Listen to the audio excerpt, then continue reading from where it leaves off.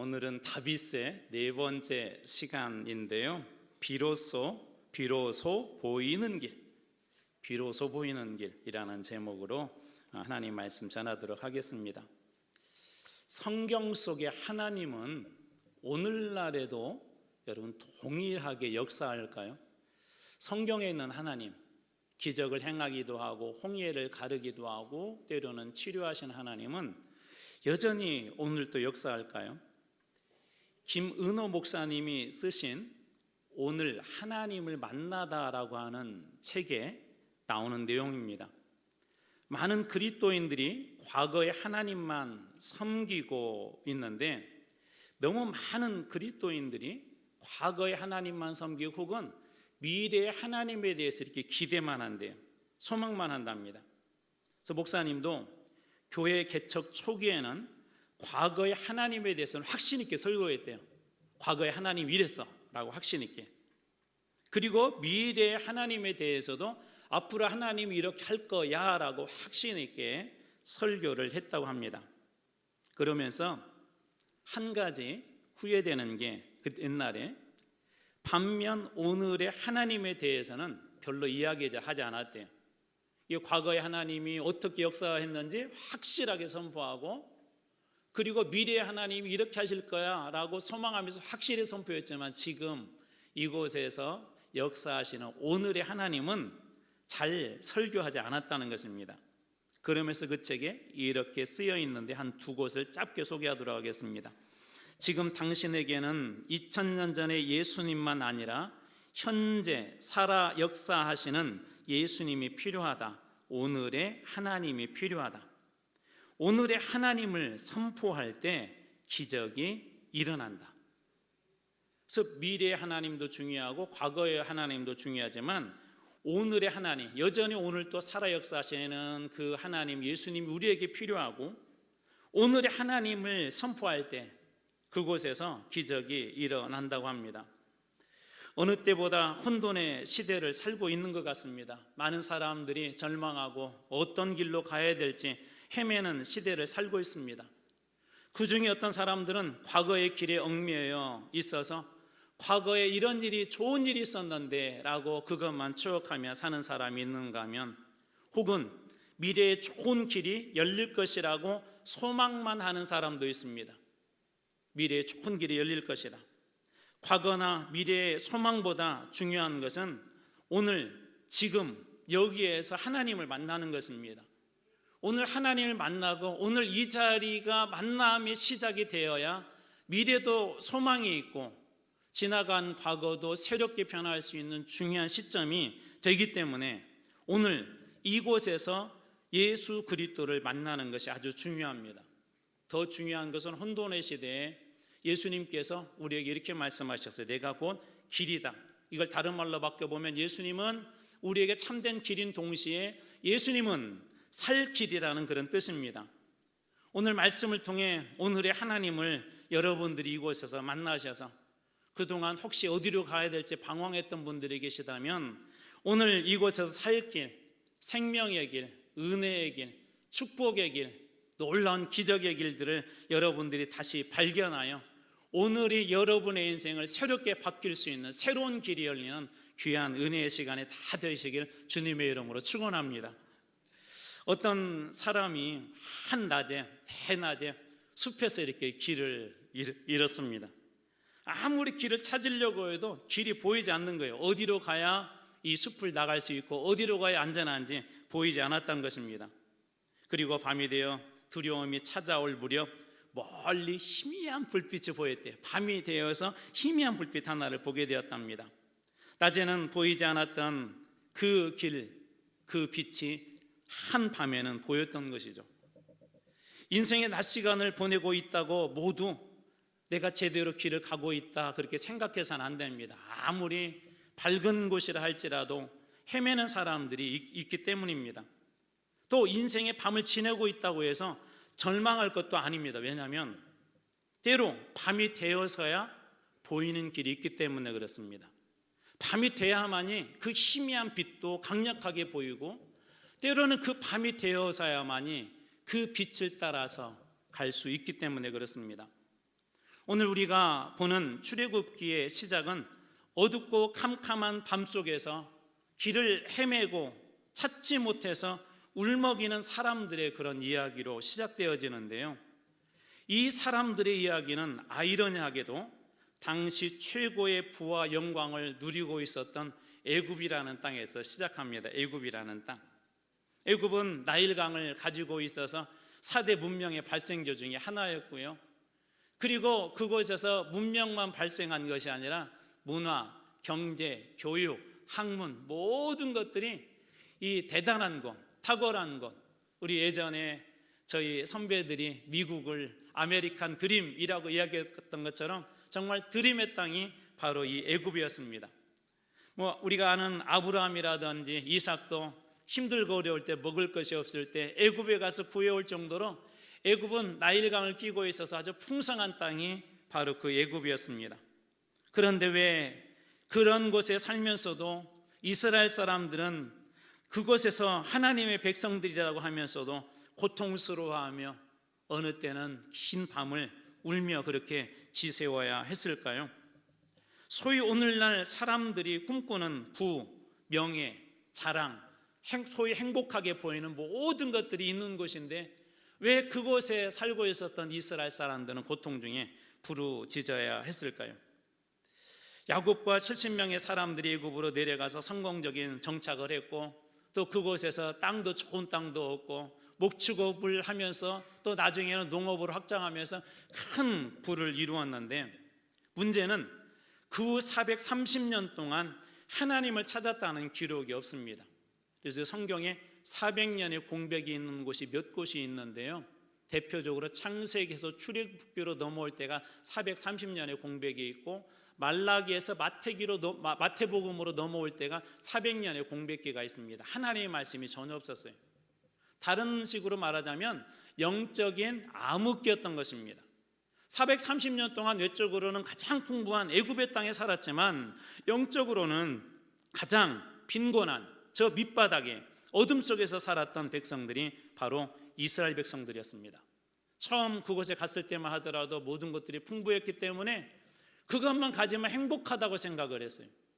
좋은 집에 살고 예전보다도 훨씬 더 풍부한 그런 물건들을 어디서든 쉽게 구입할 수가 있었고 또 아이들 교육시키는데도 최고였었고 또 문화적인 혜택을 누리는 것도 최고의 땅이 애굽이었었기 때문에 굳이 하나님 앞에 기도하지 않아도 광야에서는 기도해서 만나와 메추라기를 얻었지만 하나님께 그런 기도하지 않아도 모든 것들을 얻을 수 있는 그 땅, 풍성함과 그 달콤함은 어느 순간에 하나님 없어도 우리는 살 수 있어라고 하는 그런 무의식들이 작용하고 착각하게 하여서 자신도 모르게 그 달콤함의 유혹에 빠져서 하나님 없이 산 세월이 430년 됐습니다. 그리고 어느 순간 그들은 그곳에서 빠져나오지 못하고 바로에 의해서 애굽에 의해서 노예가 되고 말았습니다. 왜 하나님은 이러한 시점에서 이들에게 고난이라는 절망의 밤, 어두운 밤을 허락하시는 걸까요? 하나님께서 종종 우리들에게도 아무리 열심히 뛰어도 어두움의 저 끝이 보이지 않은 절망의 구덩이 속에 어둠의 터널 속에 전도 넣을 때가 있습니다. 그 이유는 간단합니다. 그 중에 하나는 현재 그의 삶, 현재 나의 삶의 비참함을 그 어둠 속에서 깨닫게 해주시는 거예요. 나 혼자 할 수 없구나. 그 다음에 두 번째, 그래서 나는 하나님이 필요하구나 라는 것을 깨닫게 한다는 것입니다. 인간은 죄로 말미암아 종종 하나님을 잊고 살게 되는데 하나님이 그때 어둠이라는 거 우리에게 허락해 주셔서 죄악의 비참함을 잊고 살았던 우리로 하여금 그 비참함을 깨닫고 그래서 하나님이 필요하다고 그렇게 알 수 있도록 주시는 것이 바로 이 고난이라는 것입니다. 그래서 이들에게 일어난 한 가지 일이 있는데 압축적으로 적어놓은 말씀 한 절을 보겠습니다. 출애굽기 2장 23절입니다. 여러 해 후에 애굽 왕은 죽었고 이스라엘 자손은 고된 노동으로 말미암아 탄식하며 부르짖으니 그 고된 노동으로 말미암아 부르짖는 소리가 하나님께 상달된지라. 그 고된 노동으로 말미암아 탄식하며 부르짖었다. 430년 동안 하나님 앞에 부르짖지 않았던 그들이 고난이라는 그 속에 던져졌을 때, 어둠 속에 던져졌을 때 이들은 하나님의 이름을 비로소 부르기 시작한 것입니다.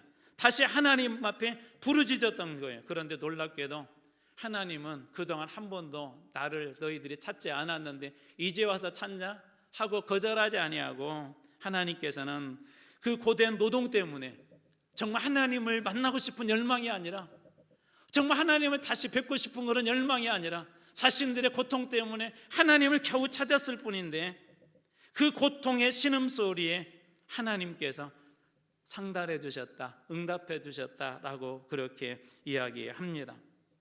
동시에 이 고난이라는 시간을 통해 실존을 명확하게 보게 할 뿐만 아니라 하나님의 놀라운 사랑을 깨닫게 하기 위해서 하나님께서 이 고통의 밤, 어두운 밤을 허락해 주셨는데, 출애굽기 3장 2절 말씀입니다. 여호와의 사자가 떨기나무 가운데로 나오는 불꽃 안에서 그에게 나타나시니라. 그가 보니 떨기나무에 불이 붙었으나 그 떨기나무가 사라지지 아니하니라. 떨기나무는 여러 번 해석해 드렸어요. 그것은 이스라엘의 현재 모습이다. 왜 그러냐면 이 떨기나무는 광야에서 흔히 볼 수 있는 것인데, 우리말로 번역하자면 이렇게 번역해도 전혀 손색이 없어요. 가시덤불. 그러니까 어떤 집을 짓는 재료나 그런 게 쓰는 게 아니라 그냥 집에 아궁이에 던져놔서 그냥 사라질, 별로 별 볼품 없는 그 나무가 이 떨기나무인데, 바로 그것은 첫째는 이스라엘의 모습을 상징하고 있고, 둘째는 지금 그 떨기나무 앞에 서 있는 모세를 이야기합니다. 현재 그들의 모습이 그렇다는 거예요. 430년 동안 하나님 없이 살았던 그들의 모습이 떨기나무 같다는 것입니다. 그런데 그 떨기나무 가운데 붙어있는 불이 사라지지 않는다는 건 뭐냐면, 너희들이 비록 볼품이 없고 430년 동안 나를 떠나 있었지만, 너희들이 나를 거부하고 한 번도 이름을 부르지 않았지만, 너희들이 보잘것없는 인생들이지만 나는 여전히 너희와 함께 있다는 것을 하나님께서 모세에게 분명하게 이미지로 보여주시는 것, 부족하고 연약함에도 여전히 함께 하시는 하나님의 그 사랑을 이 떨기나무에서 하나님께서 보여주신 것입니다. 그것은 모세도 마찬가지입니다.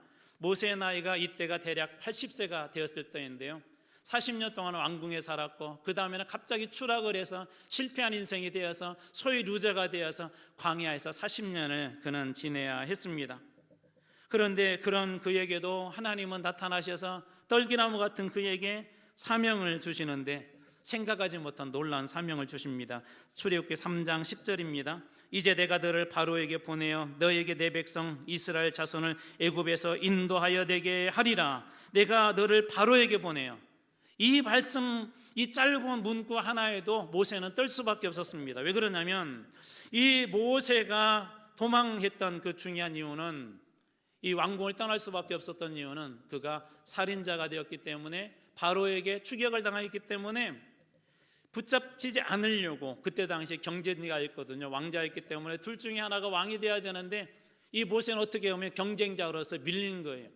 그래서 도망자의 삶을 살았는데, 또 다른 바로가 세워졌지만 여전히 이 모세의 과거의 범죄의 경력은 사라지지 않습니다. 그래서 바로 앞에 선다는 건 너무나도 힘든 일인데, 떨기나무 같은 이 모세에게 하나님께서는 내 백성 이스라엘 자손을 애굽에서 인도해내라고 바로 앞에 서서, 그리고 가장 강력한 나라인 그 애굽에서 인도해내라는 그런 놀라운 사명을 이 모세에게 주십니다.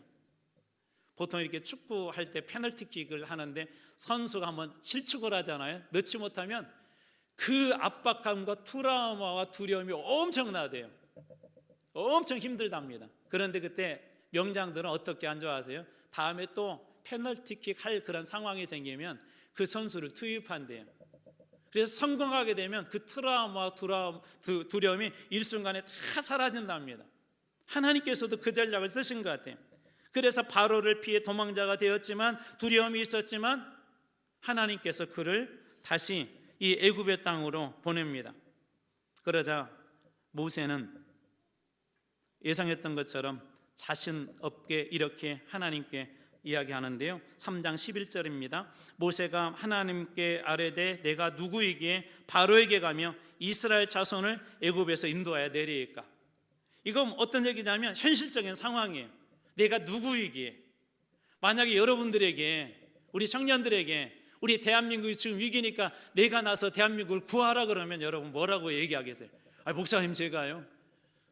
제가 예언을 받았다니까요. 예언 받았으니 걱정 말고 네가 가서 나라를 구해라 그러면 아마 대부분은 하나님께서 정말 저에게 그렇게 예언해 주시고 아무개를 빨리 보내라, 대한민국이 위태롭다 그러면, 그렇게 얘기하면 여러분들 중에, 여기 계신 분들 중에 목사님 맞습니다, 제가 이 나라를 구할 유일한 사람입니다 하고 어떻게 담대하게 나갈 사람이 누가 있겠냐는 거예요. 모세 역시도 마찬가지였습니다. 그래서 그는 그렇게 이야기하죠. 내가 도대체 누구이기에 나 같은 사람이 바로 앞에서, 하나님 농담하지 마세요, 설 수 없습니다. 하나님과 모세의 끊임없는 줄다리기가 시작되자 다시 4장에 넘어와서는 하나님 모세에게 이제는 이렇게 이야기합니다. 네 손에 무엇이 있느냐? 출애굽기 4장 2절입니다. 여호와께서 그에게 이르시되 네 손에 있는 것이 무엇이냐? 그가 이르되 지팡이니이다. 모세의 손에 들린 것이 지팡이였는데, 모세는 이때 당시에 양을 치고 있었고, 그리고 하나님의 산 호렙산으로 갔는데 그곳에서 지금 하나님과 다시 또 만난 거예요. 하나님과. 근데 하나님이 묻는 거예요. 네 손에 뭐가 있느냐? 지팡이인데, 이 지팡이는 여러 가지 용도입니다. 일반인들에게는 자기 몸을 지탱하거나 여행을 할 때 꼭 필요한 것이고, 때로는 동물들이나 나쁜 사람들로부터 보호할 수 있는 보호용이기도 하고, 때로는 신분을 나타나기도 합니다. 그래서 양을 칠 때, 길을 걸을 때, 자신을 보호할 때 이 지팡이는 모세에게 아주 유용했던 것이죠. 그러나 이 지팡이 역시도 왕의 지팡이하고는 다릅니다. 우리 성경에 보면 종종 금규 혹은 금홀이라는 표현이 있는데, 그것도 지팡이거든요. 왕의 지팡이가 보여준 것은 왕의 권세와 힘이지만, 한 목동이 가지고 있는 이 지팡이는 그냥 평범함이에요. 그냥 양을 치는 용도에 훨씬 더 이 지팡이를 많이 사용했을 것입니다. 겨우 양이나 쳤던 그 지팡이인데 하나님이 물어보는 거예요. 내 손에 있는 것이 그것이 무엇이냐? 그러면서 그 지팡이를 하나님은 던지라고 합니다. 그러자 그 지팡이가 뱀이 되었고, 모세는 그 뱀을 보는 순간 놀라서, 너무나 깜짝 놀라서 그것에서 도망치고 멀리서 이렇게 도망쳐 버립니다. 이 놀라운 광경을 보고도 모세는 계속해서 부정적인 그런 반응을 하는데요. 실패와 좌절을 경험한 사람들은 부정적인 것들이 좀 많아요. 그래서 늘 무엇을 보다도 안 돼, 할 수 없어, 긍정보다는 부정적이고 두려움들이 많습니다. 그래서 주저합니다. 그래서 어떤 것을 생각하다가 모든 것들이 다 끝나버리기도 하죠. 모세 역시도 그러했습니다. 그리고 계속해서 자신은 자격 불가라고 스스로 자기 자신의 신비에 새겼던 그는 이제는 하나님 앞에, 주님 저는 자격 불가입니다, 저는 절대로 안 됩니다 라고 그렇게 이야기하면서 안 되는 이유를 계속해서 이야기하는데, 4장 10절에는 나는 본래 말을 잘하지 못합니다, 저는 말을 못해요. 근데 말도 못하고 실력도 안 되는 저를 바로 앞에 세우다니요. 또 4장 13절에는 그러니 저 말고 보낼 만한 자를 보내소서라고 그렇게 이야기합니다. 이게 모세의 한계였었어요. 이게 우리 한계 아닙니까? 여기에 가지고 있는 분들이 나라를 구할 만한 분, 우리가 만약 모세였다면 바로 앞에 설 만한 자격이 있는 사람이 여러분 누가 있겠습니까? 그런데 하나님은 뭐라고 말씀하시냐면 4장 17절에 너는 이 지팡이를 들고, 모세에게 평범했던 지팡이였었고 겨우 양이나 보호하고 자신이나 보호했던 그 지팡이를 손에 잡고 이것으로 이적을 행할지니라고 하며, 하나님께서는 모세에게 이 지팡이를 들고 당당히 서라고 그렇게 이야기합니다. 이 마른 지팡이도 하나님께서 쓰시겠다는 거예요. 마른 지팡이 같은 그런 인생도 쓰시겠다는, 마른 지팡이가 살아있는 뱀이 되는 그런 역사를 일으켰다면, 비록 너의 인생이 마른 지팡이처럼 보인다 할지라도 하나님께서 그를 쓰시겠다는 것입니다. 종종 우리는 우리의 실력 안에다가, 우리 생각 안에다가 하나님을 제한하려고 하는 경향이 있어요. 우리 생각 안에다가 이 정도는 나 안 돼, 하나님도 안 될 거야, 이 정도는 하나님도 안 될 거야, 스스로 하나님의 능력을 갖다가 제한한다는 것이죠. 그런데 하나님의 능력은 여러분 무한합니다. 제가 그런 얘기 종종 드렸어요. 아이들 함부로 아이들 저주하지 말라고. 그 아이들이 어떻게 쓰임 받을지 모릅니다. 하나님께서 쓰시기로 작정하면요, 하나님이 어떻게 위대하게 쓸지 몰라요. 우리 청년들 중에 가끔 이렇게 보다가 쟤는 커서 못 되려고 저러냐, 그런 청년들 있잖아요. 함부로 그렇게 말하시면 안 돼요. 나중에 그 집에 가서 돈을 빌려야 될 때가 올지도 몰라요. 너무 필요해서. 하나님의 역사는 정말 아무도 모릅니다. 왜 그렇습니까? 하나님의 능력이 무한하기 때문에 그래요. 하나님의 능력이 위대하기 때문에 그렇습니다. 그래서 주님은 우리들에게 자신감 있게 이렇게 이야기하시죠. 기도에 대해서도 이렇게 이야기합니다. 요한복음 14장 14절, 내 이름으로 무엇이든지 어떤 것이든지 모든 것을 너희들이 내게 구하면, 그 다음에 뭐라고 말씀해요? 내가 시행하리라. 너희들 기도하기만 해. 그 기도의 내용이 이렇게 커도 상관없어. 아니 너무 커도 상관없어. 그 일을 누가 시행하시겠다고요? 하나님께서, 주님께서 그렇게 하시겠다고 합니다. 그러므로 우리 사랑하는 청년 여러분 하나님 앞에 작은 기도하지 말고 큰 기도하십시오. 하나님 앞에 정말 큰 기도하십시오. 지금 볼 때는 대한민국을 살리지 못할 것 같은 그런 인생을 할지라도 정말 이 대한민국의 큰 복의 통로가 되도록 하나님께 기도하십시오. 주님께서 그렇게 하면 내가 시행하리라. 여러분이 하는 것이 아니라 주님께서 하실 거예요. 여러분이 이 교회를 부흥시키는 것이 아니라 주님께서 이 교회를 부흥시킬 것입니다. 우리가 해야 될 건 뭐예요? 기도하는 거예요. 그 다음에 누가 시행하신다고요? 하나님께서 그렇게 하신대요. 무엇보다도 하나님은 이러한 일들에, 하나님의 그 사람들의 그 일들에 이사야 9장 7절에 이렇게 약속하십니다. 만군의 여호와의 열심히 일을 이루리라. 만군의 여호와의 열심히 일을 이루리라. 하나님께서 그 일을 열심을 내어서 그렇게 하시겠다는 거예요. 그럼 우리가 해야 할 것은, 하나님께서 비록 평범하게 쓰이는 지팡이 같은 인생들이지만 하나님께서 쓰시겠다고 할 때 그 우리의 인생의 지팡이를 내어드리는 것입니다. 모세는 결국 하나님께 설득을 당하고 이제 오늘 말씀을 가지고 이렇게 움직입니다. 출애굽기 4장 20절, 모세가 그의 아내와 아들들을, 여기서 그의 아내와 아들들이라는 것은 모든 걸 다 걸었다는 거예요. 하나님의 말씀에 다 순종했다는 것입니다. 제가 예전에 이런 게 있었어요. 하나님 순교하라면 순교하겠습니다라고 막 그렇게 자신 있게 생각을 하고 막 그렇게 용기가 있었거든요. 근데 어느 날 꿈속에서 하나님이 저를 순교를 시키시는데, 근데 가족들을 위협하더라고요. 제가 어떻게 할게요? 어떻게 했을 것 같아요? 제가요. 그런 상황에 너 끝까지 저기 부인하지 않으면 가족들 다 죽는다, 애들 죽는다, 부인하면 가족들 산다. 어떻게 했을 것 같아요? 무슨 얘기를 해도 좀 혼날 것 같습니까? 이게 쉽게 나는 그래도 예수여라고 꿈이지만, 정말 다행히 꿈이어서 다행이지만 쉽게 나오지 않습니다. 그런데 모세는 어떻게 했다고요?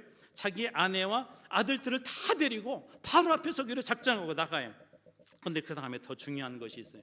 그렇게 할 수 있는 중요한 이유, 모세가 하나님의 지팡이를 손에 잡았더라. 모세가 무엇을 잡았다고요? 하나님의 지팡이. 방금 전까지는 그냥 양을 치던 지팡이였었지만 하나님께서 그 지팡이를 통해 보여주셨던 기적과 이적, 하나님의 지팡이. 이건 어떤 의미가 있냐면, 하나님께서 내가 너와 함께 할 거야. 야, 너 이 마른 지팡이 보았지? 이 마른 지팡이도 살아서 역사하잖아. 내가 내 삶 가운데 역사할 거야. 그래서 하나님의 지팡이를 붙잡고, 하나님의 역사를 붙잡고 바로 앞에 그가 나아갑니다. 그 붙잡은 지팡이를 통해서 하나님께서 10가지 재앙을 내릴 때도 이 지팡이를 여러 번 사용하셨는데, 이 바로 앞에서 기적을 행하는데요. 한 절만 보겠습니다. 출애굽기 10장 13절, 모세가 애굽 땅 위에 그 지팡이를 들매 애굽 땅을 향하여 지팡이를 들었더니, 그 다음에 누가 하세요? 여호와께서. 자, 모세가 지팡이를 들었더니, 하나님의 지팡이 잡고 가라 그래서 그 지팡이 들고 그냥 들었더니, 그 다음에 누가? 여호와께서 동풍을 일으켜 온 낮과 온 밤에 불게 하시니 아침이 되매 동풍이 메뚜기를 불어들인지라. 지팡이를 들 때 놀란 기적의 역사들이 일어납니다. 그리고 지팡이를 들고 나갈 때 홍해 앞에서도 이런 일들이 일어났습니다. 출애굽기 14장 16절 말씀, 지팡이를 들고 손을 바다 위로 내밀어. 지팡이를 들고 하나님 여기 계시다는 거예요. 하나님 역사를 바라는 거예요. 하나님께서 오늘 우리 함께 하신다는 것입니다. 지팡이를 들고 손을 바다 위로 내밀어 그것이 갈라지게 하라. 모세는 하나님의 명을 따라서 명령을 했는데, 이스라엘 자손이 바다 가운데서 마른 땅으로 행하리라 하면서 이 일들이 이스라엘 백성들 눈앞에서 실제적으로 일어나기 시작합니다. 언제 이런 일이 일어났다고요? 지팡이를 들고, 하나님의 지팡이를 들고. 저는 이 말씀을 보면서 우리 한국교회를 한번 생각해 보았습니다. 여러분들에게 도전했지만 솔직히 한국교회는 때로 희망이 없는 것처럼 그렇게 보이기도 합니다. 어떤 교회들을 보면 정말 저 교회가 교회인가 하는 그런 생각이 들 때도 있습니다. 교회에서 소망을 찾기 어렵다고 말하는 그런 분들도 있습니다. 그런데 오늘 하나님께서 주시는 이 말씀의 소망이 무엇입니까? 우리의 존재가 어떤 존재냐가 중요하지 않다는 거예요. 네가 설령 한때 왕자였다가 실패해서 저 바닥에서, 저 밑바닥에서, 광야에서 헤매는 인생이고 어둠의 터널 속에서 빠져나오지 못한 마른 뼈 같은 마른 지팡이여도 하나님께서는 그거 상관없다는 것입니다. 어떻게 그의 인생이 하나님 앞에 붙잡히는 인생, 저 지팡이처럼 하나님의 말씀이 임하고 저 지팡이처럼 하나님의 역사가 임하게 되면 그 마른 지팡이도 하나님의 역사를 이루고 홍해를 가르고 저 마른 땅을 피바다로 만들게 하는 그런 역사를 만들어내는 기적의 지팡이가 될 수 있다고 하나님께서는 그렇게 이야기하고 있는 것입니다. 그러므로 사랑하는 성도 여러분, 행여나 교회 생활이 너무 힘들고 어려워서 모든 것을 다 닫아버리고 조금 남아있는 희망까지도 닫으려고 여러분 그렇게 악한 몸부림을 치지 않길 바랍니다. 왜 그러냐면 지금 여러분들이 당하고 있는 마음의 괴로움이나 심령의 아픔들과 어둠 속에서 도대체 하나님이 어디 계시지 않는 것 같은 그런 상황들은 이 어둠 속에서 우리 빛 대신 주님께서 여러분들에게 그 길을 보여주시고 여러분들에게도 내 인생이 비록 보잘것없는 마른 지팡이지만 겨우 양이나 치는 그런 지팡이 같지만 그런 지팡이도 하나님께서 들어서 민족을 구원하는 위대한 일에 쓰시려고 잠시 그 어둠에 던져주신 것입니다. 그렇기 때문에 이 어둠 속에서 우리가 해야 될 것들이 있는데 이 말씀 속에 생각나는 시가 있어서 짧게 소개합니다. 시인 나태주의 길이라는 시에 이런 내용이 앞부분에 있습니다. 쓸쓸해져야 보이는 풍경이 있다. 다른 때는 안 보인대요. 쓸쓸해져야 보인대요. 우리 가을의 단풍도 그렇지 않습니까? 쓸쓸한 찬바람이 불고 이슬이 내리면서 멋진 단풍으로 변하지 않습니까? 또 버림받은 마음일 때에만 들리는 소리가 있다. 행복할 때는 들리지 않았던 소리, 누군가 함께 있을 때는 들리지 않은 그런 소리가 버림받았을 때, 홀로 있을 때만 들리는 그런 소리가 있대요. 그렇기 때문에 여러분 혹시 왜 나만 혼자야? 왜 나만 이 어둠 속에서 이렇게 몸부림쳐야 돼? 왜 나만 이렇게 고통스러워야 돼? 또 교회를 보면서 왜 우리 교회만 그래? 왜 나만 이렇게 힘든 거야? 라고 하시는 그런 분들이 있다면 교회를 보고 실망하지 마십시오. 우리 자신을 보고 절망하지 마십시오.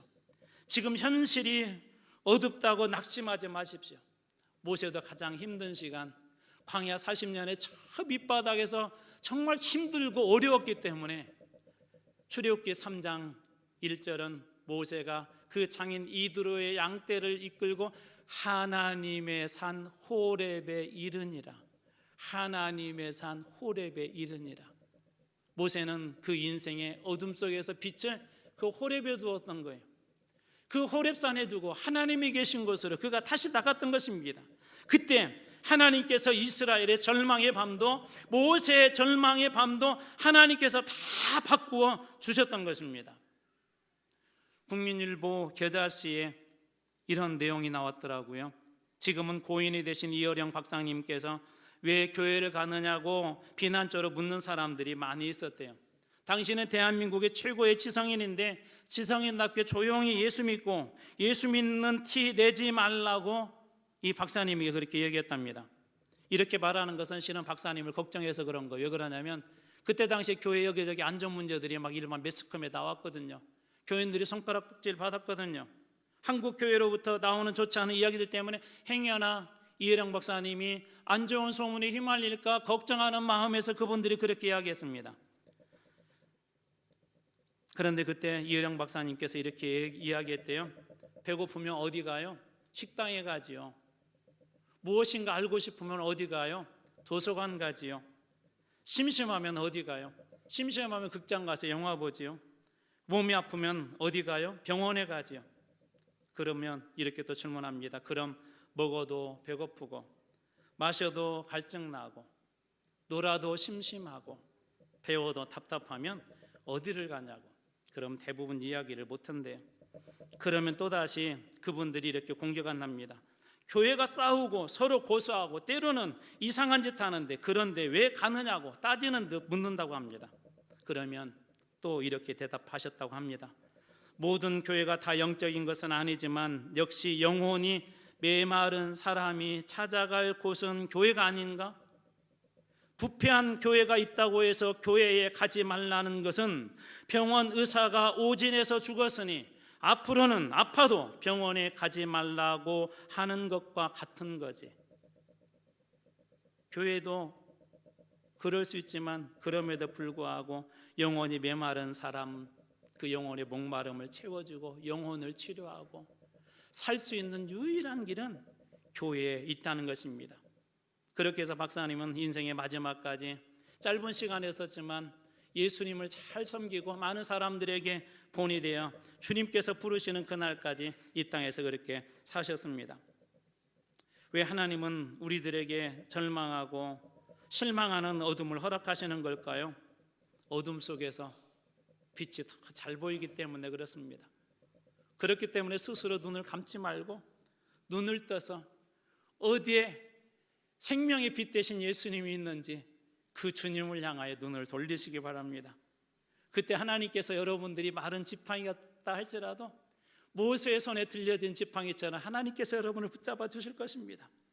그때 여러분 한 분 한 분이 기도의 지팡이가 되고 여러분 한 분 한 분이 말씀의 지팡이가 되고 감사의 지팡이가 되고 능력의 지팡이가 되고 축복의 지팡이가 되어서 어둡고 힘든 이 땅의 사람들에게 살리는 거룩한 빛으로 쓰임받는 여러분 모두 다 되시길 주님의 이름으로 축원합니다. 어둠은 빛을 결코 이길 수 없습니다. 하나님의 능력은 세상의 모든 것을 다 뛰어넘습니다. 이 놀라운 축복을 여러분과 제가 누리어서 우리 한마음교회가 세상을 밝히는 귀한 빛으로 쓰임받는 교회 될 줄로 믿습니다.